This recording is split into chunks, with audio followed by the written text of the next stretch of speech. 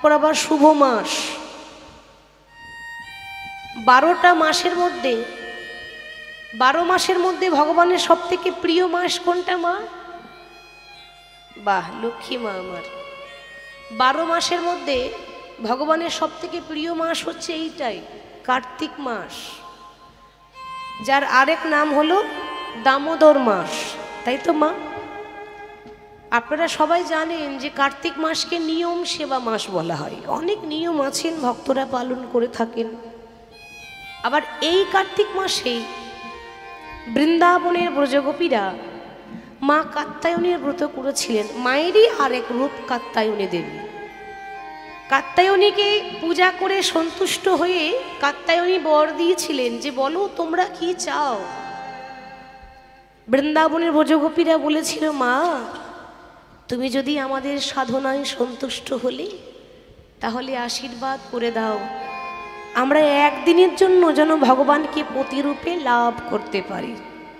বলেছিলেন তথাস্তু। কার্তিক মাসে পূর্ণিমা তিথিতে ভগবান তোমাদের মনোবাঞ্ছা পূর্ণ করবে, সেই দিনই হবে রাস পূর্ণিমা। হরি বল। এই সেই শুভ মাস। তারপর বলা হয় দামোদর মাস। কেন?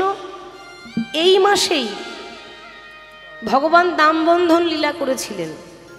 আপনারা সবাই জানেন তো মা যে আমাদের ভগবান কৃষ্ণ নিজের ঘরে এত ননি মাখন থাকতে গোপীদের ঘরে চুরি করে খায়, তাই না? এবার গোপীরা কি করে, সবাই একে একে এসে নালিশ করে মা যশোদার কাছে, কি গো মা তুমি তো রানী, বৃন্দাবনের রানী হচ্ছে যশোদা আর রাজা হচ্ছে নন্দ মহারাজ, রাজার ঘরের ছেলে কিনা চুরি করে, তুমি কি তোমার ছেলেকে শাস্তি দিতে পারো না? আর গোপীদের অভিযোগ শুনে, গোপীদের নালিশ শুনে মা গোপালকে দড়ি দিয়ে বেঁধেছিলেন, যার জন্য বলা হয় দাম বন্ধন। হরি বল। তাই এটা ভগবানের খুব প্রিয় মাস। আবার এই কার্তিক মাসে শুক্লপক্ষে একটি বিশেষ দিন আছে, সেটা হলো উত্থান একাদশী। এর আগে আপনারা জানেন শয়ন একাদশী হয়েছে। চাতুর্মাস ব্রতের মধ্যে প্রথমেই শয়ন একাদশী। শয়ন মানে ভগবান ক্ষীরোদসাগরে শয়ন করেন, মানে ঘুমান। আর উত্থান মানে উত্থিত হওয়া, মানে জাগরণ, ভগবান সেদিন জেগে ওঠেন। তাই এই উত্থান একাদশীর দিন যদি কোনো ভক্ত এক নিষ্ঠা ভক্তি সহকারে একাদশীর উপবাস করতে পারে, 1000 অশ্বমেধ যজ্ঞের যা ফল হয় ওই উত্থান একাদশীর উপবাস করলে সেই ফল হয়।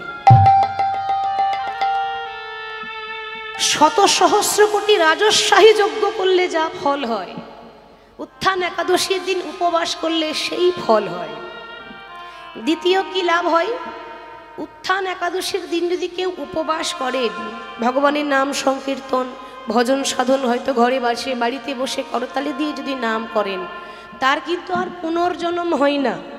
অর্থাৎ এই যে আমরা মানব জন্ম পেয়েছি, এর পরে যখন আমরা চলে যাব, মানে মারা যাব, আবার একটা জন্ম হবে।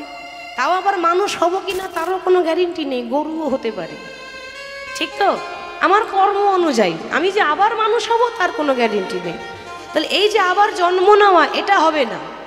যদি এই একাদশীর দিন উপবাস করতে পারেন, তার আর পুনর্জন্ম হয় না, সে ইহজগৎ থেকে একেবারে বৈকুণ্ঠ প্রাপ্ত হয়, ইন্দ্রপ্রদ লাভ হয়। শুধু তাই নয়, এই উত্থান একাদশীর দিন উপবাস করলে 100 কোটি জন্মের পাপ আমাদের ক্ষয় হয়, এবং পৃথিবীতে যত তীর্থধাম আছে সেই তীর্থধাম ঘরে বসেই তীর্থস্থানের ফল হয়। তীর্থ ভ্রমণে যা ফল, উত্থান একাদশীর কিন্তু তাই ফল। তা আমরা প্রতিদিনই তোমার সেবা করি, প্রতিদিনই তো খাই, তাই না? মায়েরা তো কষ্ট করে অষ্টমীর উপবাস করেন, তাহলে একটু চেষ্টা করবেন উত্থান একাদশীর দিনে যদি একটুখানি কষ্ট করে উপবাস করতে পারেন। যারা খুবই অসুস্থ তারা তো পারবেন না, তবে যদি সুস্থ থাকেন অবশ্যই একটু করবেন। যদি কেউ নাও পারেন তবে একটু নাম সংকীর্তন করবেন, তাতে অনেক ফল আছে। একটা উত্থান একাদশী করলে এতগুলো ফল লাভ হয়। তো যাই হোক, সে ব্রজের বাঁকা কৃষ্ণ গৌর হরি নদিয়ায় গৌর হয়ে এলেন। ব্রজের বাঁকা কৃষ্ণ যখনই গৌর রূপে এলো, তখন হরিনাম সংকীর্তনে একেবারে দাঁড়ে দাঁড়িয়ে হরিনাম বিলিয়ে দিলেন। তাহলে গৌর হরি নাম গাইছেন কিভাবে, মানে শোভাটা কেমন? একা একা তো হয় না, ভক্ত ছাড়া ভগবানের মূল্য আছে বাবা। ভক্ত ছাড়া ভগবানের কোনো মূল্য নেই। তাহলে নাম গাইছে কেমন করে? তোরা দেখবি যৌদিয়া এই সোনার নদী।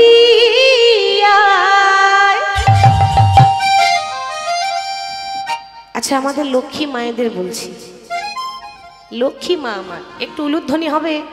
বাহ, দেখি একটু লক্ষ্মী মায়ের মতো দিয়ে দেন তো দেখি। খুব সুন্দর হয়েছে, অপূর্ব হয়েছে। এবার সবাই বাহু তুলে গাইবো, কেমন? কথাতে আছে হরিনামে কি আনন্দ ডুবলেই জানা যায়। পৃথিবীতে কোথাও আনন্দ পাবেন না। আনন্দ অনেক করেছেন, কিন্তু এরকম আনন্দ কোথাও পাবেন না। হরিনামে যা আনন্দ আছে। সবাই বাহু তুলে গাইবো।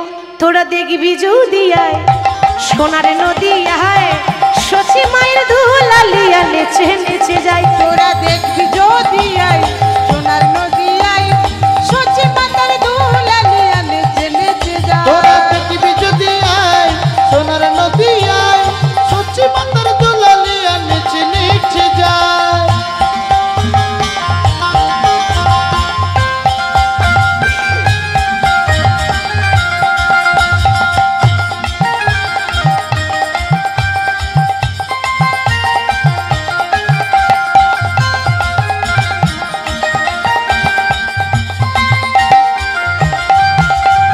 সচি মায়ের দুলালিয়া নদী আর শ্রী গৌরা,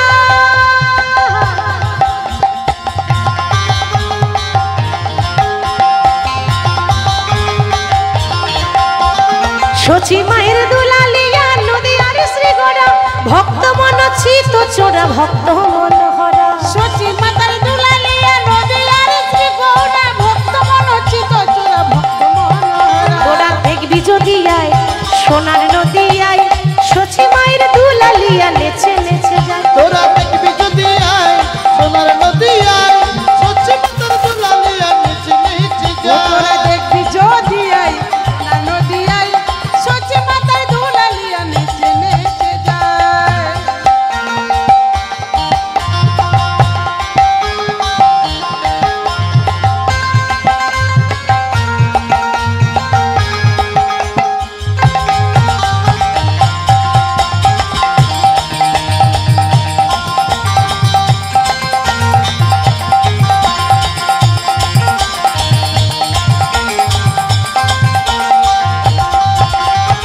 হরে কৃষ্ণ কৃষ্ণ কৃষ্ণ হরে হরে, হরে রাম রাম রাম হরে হরে। হরে কৃষ্ণ কৃষ্ণ কৃষ্ণ হরে হরে, হরে রাম রাম রাম হরে হরে। আপনাদের সবার কাছে মোবাইল ফোন আছে তো? হ্যাঁ, কিছু থাক না থাক ওটা আগে থাকবে, তাই তো বাবা? ওটা আমাদের কাছে আগে থাকে। মোবাইল যখন আছে 500টা নাম্বারও আছে, আত্মীয় স্বজন ভাই বোন জেঠা জেঠিমা কাকু কাকিমা, তা সবাইকে মাঝে মাঝে হ্যালো করছেন। ভগবানকে হ্যালো করেন? করেন না কেন? নাম্বার নেই নাকি সময় নেই? কোনটা? নাম্বার আছে তো? নাম্বার সবারই জানা আছে। কলিযুগের মহামন্ত্র ওইটাই তো আসল নাম্বার। দেখুন, যোগাযোগ বিচ্ছিন্ন হলে হবে না, কানেকশন ঠিক থাকা যায়, তবেই তো কৃপা হবে। হরি বল। আমরা বলি হে গোবিন্দ কৃপা করো, ভগবান বলছে কৃপা তো করেই রেখেছি, তোমরা করো, ওটা করো। কৃপা করো মানে করে পাওয়া, তাই না? আপনি যদি মনে করুন আপনি ব্যাংকে একটা খাতা করেছেন, জিরো ব্যালেন্সের খাতা, পয়সা নেই, 1 টাকাও নেই, জিরো ব্যালেন্সের খাতা। এখন হুট করে ম্যানেজারকে গিয়ে বলছেন, ম্যানেজার বাবু আমাকে কয়েক হাজার টাকা দেন। সে কোথা থেকে দেবে? আপনার তো জিরো ব্যালেন্সের খাতা, টাকাই তো নেই, কোথা থেকে দেবে? দিতে পারবে? পারবে না। সেরকম ভগবানের কাছে আমাদের প্রত্যেকটা ভক্তের একটা করে ভক্তির অ্যাকাউন্ট আছে। সেই ভক্তির অ্যাকাউন্টের আমাদের ভক্তিটা জিরো ব্যালেন্স। Zero balance. এখন যদি কিছু ভক্তি না জমা করি, তাহলে দাও বললে পাবো কি করে? তাহলে জমা করতে হবে, এই তো জমা করার সময়। তাহলে সবাই মিলে গাইবো, কেমন? হরে কৃষ্ণ কৃষ্ণ কৃষ্ণ হরে হরে, হরে রাম রাম রাম হরে হরে। হরে কৃষ্ণ কৃষ্ণ কৃষ্ণ হরে হরে, হরে রাম রাম রাম হরে হরে। হরে কৃষ্ণ কৃষ্ণ কৃষ্ণ হরে হরে, হরে রাম রাম রাম হরে। তোরা দেখবি যদি আয় সোনার নদী আয়, সচি মাতার দুলালিয়া নেচে নেচে যায়। তোরা দেখবি যৌদিয়ায় সোনার নদী আয়, সচি মাতার দুলালিয়া নেচে নেচে তোরা যায়। দেখবি যৌদিয়ায় সোনার নদী আয়, সচি মাতার দুলালিয়া নেচে পৃথিবীতে যত আছে নগরাদি গ্রাম, নগরাদি গ্রাম, তোমরা সর্বত্র প্রচার করো মোর এই হরে কৃষ্ণ নাম। তোমরা সর্বত্র প্রচার করো মোর হরে কৃষ্ণ নাম। হরি বল। গৌর হরি নাম বিলিয়ে দিয়েছেন, চলুন এবার বৃন্দাবন যাব। তা বৃন্দাবন আমার সঙ্গে কে কে যাবেন একটু হাত তুলে দেখাতে হবে সবাই। বাবা রাগ করেছেন নাকি গো? তা আপনারা হাত তুলছেন না কেন? আর এদিকে আপনারা যাবেন না? হ্যাঁ হাত তুলতে হবে। এদিকে আপনারা বেশ সবাই হাত তুলেছে। আচ্ছা বৃন্দাবন যেতে গেলে কার নাম গাইতে হয় গো? বাহ, রাধে রাধে। কেন? রায় কৃপা ছাড়া কৃষ্ণ কৃপা নয়, লোক মুখে কথা নয়, শ্রীমদ্ ভাগবত গীতায় কয়। তাহলে আগে রাধা রাধা বলতে হবে। তাহলে একটু জয়ধ্বনিটা করে দিই, তারপর একটা ছোট্ট ভজন গাইতে গাইতে চলে যাব। বলিয়ে বৃন্দাবন ধাম কি জয়, বাঁকে বিহারী লাল কি জয়, সকল ভক্ত বৃন্দ কি জয়, রাধা রানী কি জয়, বৃন্দাবন ধামে কি জয়। যারা যারা ঘুমাচ্ছে তাদের কি? তাদেরও জয়। তাদেরও জয়। সব বোনাস বলছে তাদেরও জয়। না না, আপনারা ঘুমিয়ে গেলে আমার কি হবে? কাকে নিয়ে গাইব? বারবার তো আপনাদেরকে পাবো না, সবাই একদিনের জন্য পেয়েছি, যেন ঢুলে পড়বেন না। হ্যাঁ, ঘুমিয়ে পড়লে হবে না। ঠিক যেন মনে হচ্ছে বৃন্দাবনে ফুল ফুটেছে, আর এ ফুল যেন এরকম করে ঢলে না পড়ে যায়, সেরকম একটু লক্ষ্য করবেন। তা চলুন গাইতে গাইতে চলে যাই, তারপর লীলায় চলে যাব, বেশি সময় নষ্ট করব না। রাধা রাধা রাধা রাধা রাধা বলো ওরে মন,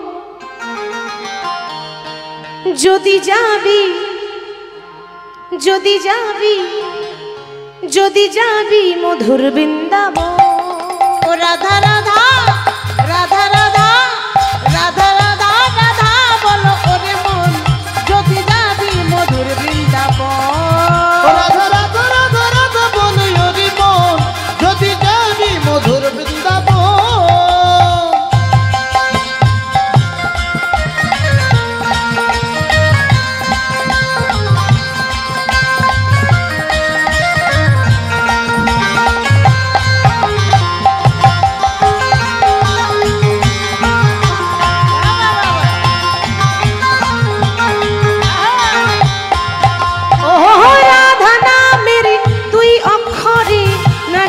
কত সুধা ও রাধা নামের তুই অক্ষরে, না জানি কত সুধা ধরে।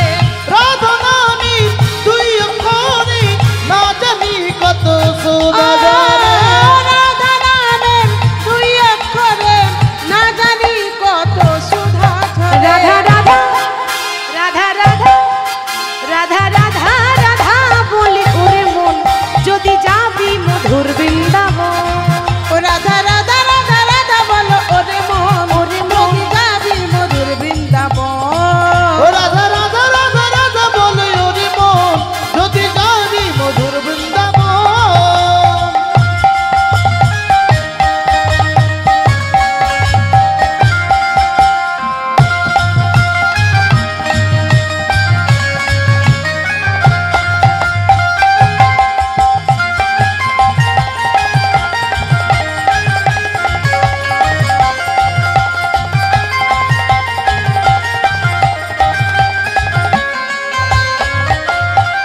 রাধা নামের তরুলতা সবাই বলে রাধা রাধা। ও রাধা নামের তরুলতা সবাই বলে রাধা রাধা ও রাধা। রাধা নামে তরুলতা সবাই বলে রাধা রাধা রাধা ও রাধা রাধা রাধা রাধা রাধা বলি ওরে মন, যদি যাবি মধুর বৃন্দাবন।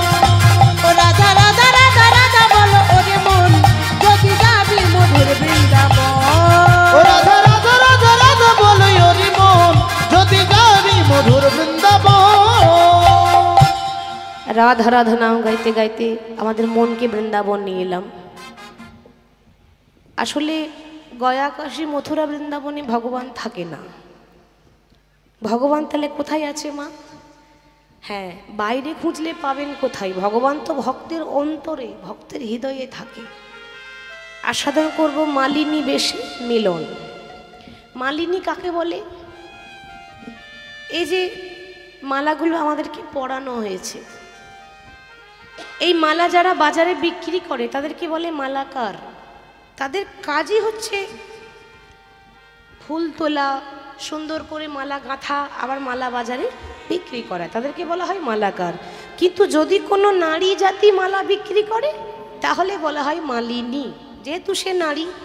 তো ভগবান তো আদি পুরুষ, সেই পুরুষ আজকে নারী সাজবেন, নারী সেজে মালা বিক্রি করবেন। যেভাবে রাধারানীর সঙ্গে মিলন হবে সেটাই হলো মালিনী বেশে মিলন। আজকে বৃন্দাবনে শোভা কেমন? বৃন্দাবনে আকাশ মধুর, বাতাস মধুর। ভগবান সখাগণকে সঙ্গে করে নিয়ে বৃন্দাবনে বিনোদ খেলায় মেতে আছে। বিনোদ খেলা, গোষ্ঠে গোচারণ করছেন গোবিন্দ আমার। আচ্ছা, গোচারণ কথার মানে কি গো? গোদা বাংলায় বলবো? গোচারণ মানে হচ্ছে গরু চড়ানো। এবার অনেকে মনে প্রশ্ন জাগবে, হ্যাঁ মা, ভগবানকে আবার গরু চড়া মানায় কি গো? ভগবান হয়ে গরু চড়াচ্ছে, এ কেমন কথা? গরু শুধু ভগবানকে নয়, আমাদেরকেও চড়াতে হবে। বলবেন কেন? এখানের সঙ্গে একটা ভগবান মিলিয়ে দিলেন তত্ত্বের সঙ্গে। এখানে কার কার ঘরে গরু আছে একটু হাত তুলে দেখান দেখি। আছে? বাহ, কি গো, কটা আছে? 4টে? বেশ, 2টো, ঠিক আছে। তবে আপনারা যে গরুর কথা ভাবছেন আমি কিন্তু সেই গরুর কথা বলছি না। আপনারা বলবেন, সে কি মা, তা তুমি আবার কোন গরুর কথা বলছো? গরু তো গরুই হয়, তাই না? গরু আবার করকম। বলে না, আসলে তা নয়। আপনারা যে গরুর কথা ভেবে হাতটা তুললেন সেই গরু ঘরে বশ করা যায়, আর আমি যে গরুর কথা বলছি এ গরু ঘরে বশ হবে না। এ গরুকে বশ করতে গেলে এইখানেই এসে বসতে হবে। প্রত্যেকটা মানুষের শরীরে, আমারও, যারা হাত তুললেন তাদের ঘরেও গরু আছে, যারা তুললেন না তাদের ঘরেও গরু আছে, আমার ঘরেও আছে। কটা? 6টা গরু আছে। কাম, ক্রোধ, লোভ, মোহ, মদ, মাৎসর্য, এই যে 6টা রিপু, এরা তো বড় দুষ্টু, চঞ্চল। প্রথমেই তো আছে কাম, সব থেকে বড় ভয়ঙ্কর জিনিস এইটাই। এই যে প্রত্যেকটা মানুষের দেহটা, এটা হচ্ছে একটা গাড়ি। এই গাড়িটা আপনার হতে পারে, গাড়ির ড্রাইভার আপনি নন। ড্রাইভারটা কে মা? কে চালায়? গাড়ি চালায় বংশীবদন। ছোটবেলায় পড়েননি? হ্যাঁ, গাড়ি চালাই বংশীবদন। আর সঙ্গে যে যায় মদন, মানে আপনাদের গ্রামের মদন নয়, না না, ওই মদন ভাববেন না। এখানে মদন কোনো ব্যক্তির নাম করিনি, এখানে মদন মানেই তো লোভ, লালসা, কামনা, বাসনা, এগুলোকেই বলে মদন। তাহলে সঙ্গে যে যাই ভাগ্নে মদন। প্রত্যেকটা মানুষের দেহে প্রথমেই আছে কাম, তারপর ক্রোধ, রাগ, যেগুলো আমাদের ক্ষতি হয়, মঙ্গল হয় কি? তাহলে এই ষড়রিপুই হচ্ছে দুষ্টু গরু। তা ভগবান গোষ্ঠী গোচারণ করছেন, খেলা করছেন। আর ভগবানের লীলা বোঝা বড় দায়। ভগবানের লীলা স্বয়ং মা বুঝতে পারলো না, তা আমরা কি করে বুঝবো? বলবেন কেন, কি করে সম্ভব? স্বয়ং মা জগজ্জননী দেবী দুর্গা, দুর্গার ক্রোধ থেকে কালীর সৃষ্টি, দুর্গার ক্রোধ থেকে মা কালীর সৃষ্টি। স্বয়ং দুর্গাও ভগবানের লীলা বুঝতে পারেনি। কোন দিন জানেন? যেদিন রামায়ণ হয়েছিল, যখন রাবণ মা সীতাকে হরণ করে নিয়ে চলে গেল, সেদিন রামচন্দ্র পঞ্চবটির বনে হা সীতা, হা সীতা, হা সীতা বলে বনে বনে ঘুরছে। সীতার বিরহে যখন রামচন্দ্র বনে বনে কেঁদে বেড়ায়, রামের এই দশা দেখে মা দুর্গার একটু সন্দেহ হলো। পাশেই বসেছিলেন মহাদেব। ও মা দুর্গা তার স্বামী শিব ঠাকুরকে বলছে, আচ্ছা স্বামী, তোমরা নাকি বলো রাম ভগবান, আমরা তো জানি যে এই রাম সেই কৃষ্ণ, রাম ভগবান। তাহলে রাম যদি ভগবান হবে তাহলে কেমন ভগবান, যার অর্ধাঙ্গিনীকে রাবণ নিয়ে চলে গেল আর সে টের পেল না, সে বুঝতেও পারছে না যে তার সীতা কোথায় আছে। ভোলানাথ বললেন, পার্বতী, ভগবান সব জানে, জেনেও অজানা, সন্দেহ করো না। ভগবান কাঁদছে বলে ভেবো না যে সত্যি সত্যি কাঁদছে, ভগবানের লীলা ওটা। মা পার্বতী বলছে না আমি তো বিশ্বাস করি না, বিশ্বাস আমার তখনই হবে যখন আমি রামকে নিজে পরীক্ষা করতে যাব। মা দুর্গা কি করলো মা না ডুপ্লিকেট সীতা সেজেছে। আচ্ছা কেউ কারোর মতো শাড়ি পরলে, কেউ কারোর মতো ঘোমটা নিলে কে তার মতো হয়? মা দুর্গা মা সীতার মতো শাড়ি পরে সুন্দর করে ডুপ্লিকেট নকল সীতা সেজেছে। দীপ রামের সামনে এসে ঘোমটা নিয়ে দাঁড়িয়ে বলছে, প্রভু তুমি আমার জন্য কাঁদছো? এই তো তোমার জানকী, সীতার আরেক নাম জানকী, এই তো তোমার জানকী। তখন রাম মনে মনে চিন্তা করছে, মা গো পরীক্ষা করার জন্য আর কাউকে পেলে না, তুমি আমাকেই পেয়েছিলে মা। তুমি সবার কাছে ফাঁকি দিতে পারো, তুমি দেবী দুর্গা, তুমি মায়ার রূপ নিয়ে এখানে এসেছো সীতা সেজে, কিন্তু আমি তোমায় ঠিক চিনতে পেরেছি। রাম কিন্তু মা দুর্গার কাছে গিয়ে বলছে, ও মা জানকী, বলি কোথায় আমার সীতা জানকী? আর বলা মাত্র মা দুর্গা লজ্জায় পড়ে গেলেন, প্রভু তুমি আমাকে চিনলে কি করে? আমি তো ঘোমটা নিয়ে আছি। ভগবান বললেন, মা আমার কাছে ফাঁকি দেওয়া যায় না। আর দ্বিতীয় কথা, তুমি সীতা সাজলে কি হবে? তোমার কপালে যে একটা চোখ আছে, তুমি তো ত্রিনয়নী দেবী দুর্গা, দুর্গার তো তিনটে চোখ, সেই কপালের নয়নটা তো তুমি লুকিয়ে আসতে পারলে না মা, ওইখানে তুমি ধরা পড়ে গেলে। মা পার্বতী বলছে, প্রভু আমার ভুল হয়ে গেছে, আমি ভেবেছিলাম যে তুমি ভগবান নও, তুমি সাধারণ মানুষ, কিন্তু আমার এত অহংকার, আমি তোমায় চিনতে পারি না, আমি তোমায় চিনতে পারি না, তোমায় চিনতে পারি না, আমি তোমায় চিনতে পারি না। ও মায় অহংকারে মত্ত হয়ে তোমায় চিনতে পারি না, আমি অহংকারে মত্ত হয়ে তোমায় চিনতে পারি না, আমি অহংকারে মত্ত হয়ে তোমায় চিনতে পারি না। মা গো অহংকারে মত্ত হয়ে তোমায় চিনতে পারি না। প্রভু চলেই যখন এলাম তখন তোমাদের যুগলটা একটু দেখিয়ে দাও।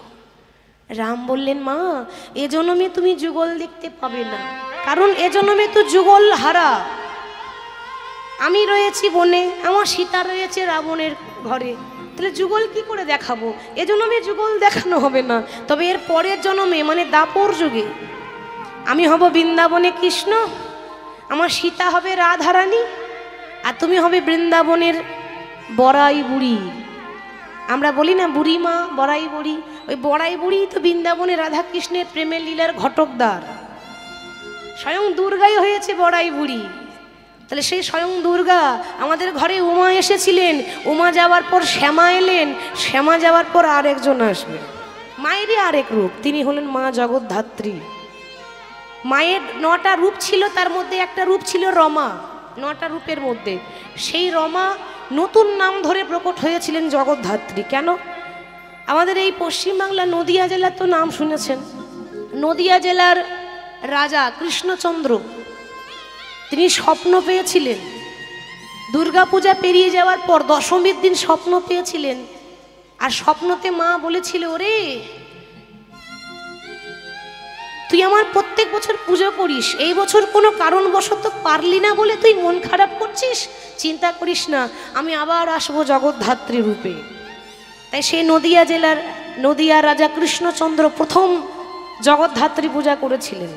তাই নদিয়ায় জগদ্ধাত্রী পূজা বিখ্যাত, নবদ্বীপের চন্দননগরে জগদ্ধাত্রী পূজা বিখ্যাত, মা সে জগদ্ধাত্রী রূপে এসেছেন। তো যাক, মায়ের কথা এলো, একটু স্মরণ করে নেব মাকে। হ্যাঁ, মায়ের কথা বলবো, আর মাকে যদি একটু প্রণাম না করি এ সত্যি আমাদের অমঙ্গল হবে। তা সবাই একটু হাত জোর করে বলবো, কেমন? শ্যামা মা কি আমার কালো রে, শ্যামা মা কি আমার কালো, শ্যামা মা কি আমার কালো রে, শ্যামা মা কি আমার কালো, শ্যামা মা কি আমার কালো রে, শ্যামা মা কি আমার কালো, শ্যামা মা কি আমার কালো রে, শ্যামা মা কি আমার ও মা লোকে বলে কালী কালো, আমার মন তো বলে না কালো রে। লোকে বলে কালি কালো, আমার মন তো বলে না কালো রে। শ্যামা মা কি আমার কালো রে, শ্যামা মা কি আমার কালো। মা কি আমার কালো রে, মা কি আমার কালো। শ্যামা মা কি আমার কালো রে, শ্যামা মা কি আমার কালো। শ্যামা কখনো শ্বেত, কখনো পীত, কখনো নীল লোহিত রে। কখনো শ্বেত, কখনো পীত, কখনো নীল লোহিত রে। মায়ের সে রূপ দেখিয়া কমলা, মায়ের সে রূপ দেখিয়া কমলা কান্ত। মায়ের সে রূপ দেখিয়া কমলা, মায়ের সে রূপ দেখিয়া কমলা কান্ত। আমার ভাবিতে জন্ম গেল রে শ্যামা। শ্যামা মা কি আমার কালো রে, শ্যামা মা কি আমার কালো। শ্যামা মা কি আমার কালো রে, শ্যামা মা কি আমার কালো। শ্যামা মা কি আমার কালো রে, শ্যামা মা কি আমার কালো। ওম স্বাহা ওম স্বাহা ওম স্বাহা। ওম করলাবদনং ঘোরং মুক্তকেশিং চতুর্ভুজং কালিকং দক্ষিণাদিব্যং মুণ্ডমালা বিভূষিতং সদ্যোৎসৃচ্ছন্নং শিরা খর্গো বামোদ্ধরং বাজং ভাভयो वरदं चैव दक्षिणारद्धा पाने कामो महामेघो प्रभं श्यामं तथा चैव दिगम्बरी कण्ठावसतं मण्डाली गलदत्रिरोचितं कर्णावर्तं सनातो निमित्तसौ भवजुगदो भयादो कामं घोरं दष्टां कर्लासं विनन्नादो पयाधरं सवनां कंसो घातो कित्तो कंची हंसो शिखम शिखोदाय गलोदतं धराविष्टिचिरात्र नाम घोरवर्णं महारुद्रिं शशानलायो वासिनीं बल्लाकमण्डलो काला रक्तो चित्रमृतामं दन्तारं दक्षिणं भाविमुक्तच्चो तम्बिको चयोग सवो रूपो महादेवो हृदये पूरित संस्थितं शिवाविज्जस्य करावया बीजष्टिदिक्को समन्वितं महाकालेनो समो विपरीतं रामो सुखोपसन्नवदनं शरणं सुरूरापं भुङ्चित्ताय कालिकं सर्वकामो सर्वो शुद्धिकामो ओम सर्वो मंगला मंगल्ये शिवे सर्वार्थ साधिके शरण्यत्र्यंबके गौरी नारायणी नमोस्तुते सृष्टि स्थिति विनाशानं शक्तिभूते सनातनी गुणाश्री गुणो मोहि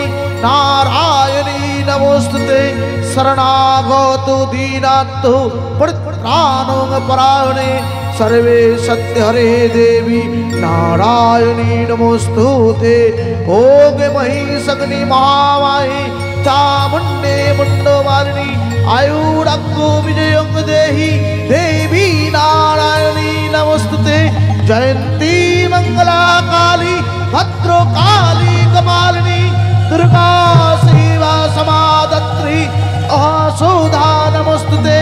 काली काली महाकाली काली के पापहरणी नर्वात पक्षो देवी नारायणी नमोस्तुते या देवी सर्वभूतेषु भक्तिरूपेण संस्थिता नमो तस्यै नमो तस्यै नमो तस्यै नमो नमः या देवी सर्वभूतेषु भक्तिरूपेण संस्थिता नमो तस्यै नमो तस्यै नमो तस्यै नमो नमः या देवी सर्वभूतेषु शक्तिरूपेण संस्थिता नमो तस्यै नमो तस्यै नमो तस्यै नमो नमः या देवी सर्वभूतेषु कान्तिरूपेण संस्थिता नमो तस्यै नमो तस्यै नमो तस्यै नमो नमः।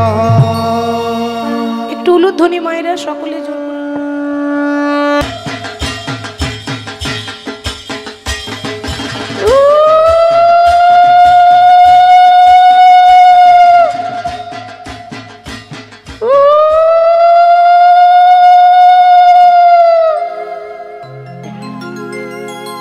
সেই শ্যামা মা আবার আমাদের ঘরে পুনরায় আসবেন জগদ্ধাত্রী মায়ের রূপে।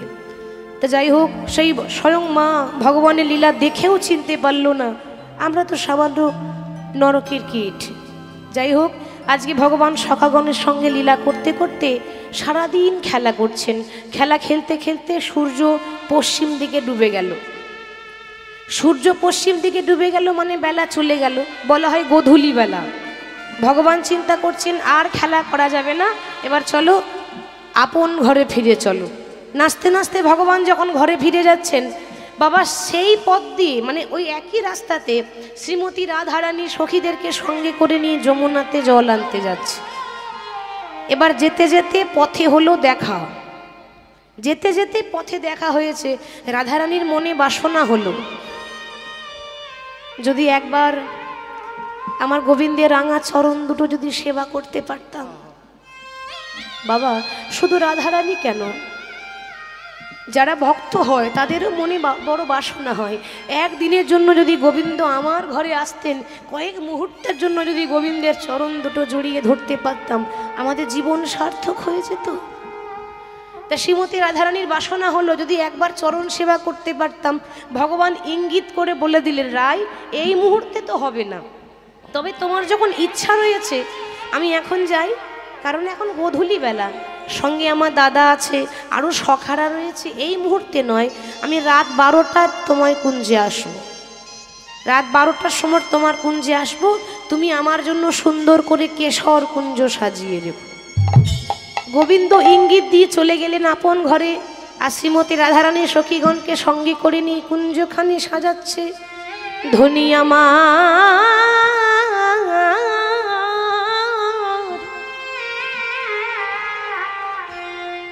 ধনী ফুলের আছির,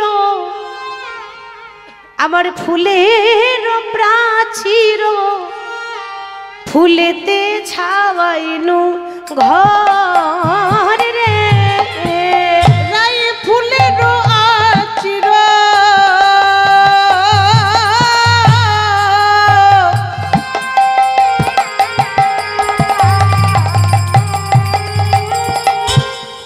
আমার ফুলের প্রাচীর,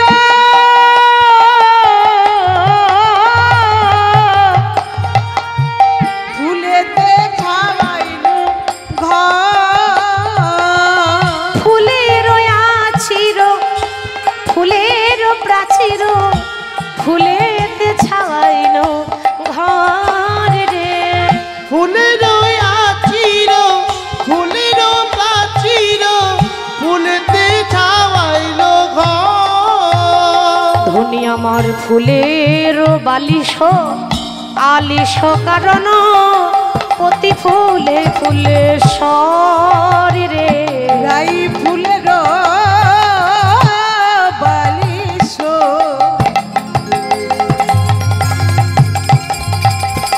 আলিশ কারণ প্রতি ফুলে ফুলে ধনী আমার যতন করে দেখো সাজাইয়ে দিল, ধনী যতনি করে সাজাইয়ে দিল যতন করে সাজাই দিল আমার প্রাণ বধুয়াই আসবে বলে যতন করে সাজাইয়ে দিল আমার প্রাণ বধুয়া আসবে বলে ধনী ধূপ জ্বালিল আর দীপ জ্বালিল কত যতন করে সাজাইল ধনী ধূপ জ্বালিল দিবি জ্বালিনো কত যতন করে সাজাইল ধনী ধূপ জ্বালিনো দিবি জ্বালিনো কত যতন করে সাজাইল ধনী দিবি জ্বালিনো ধূপে কত জ্বালিনো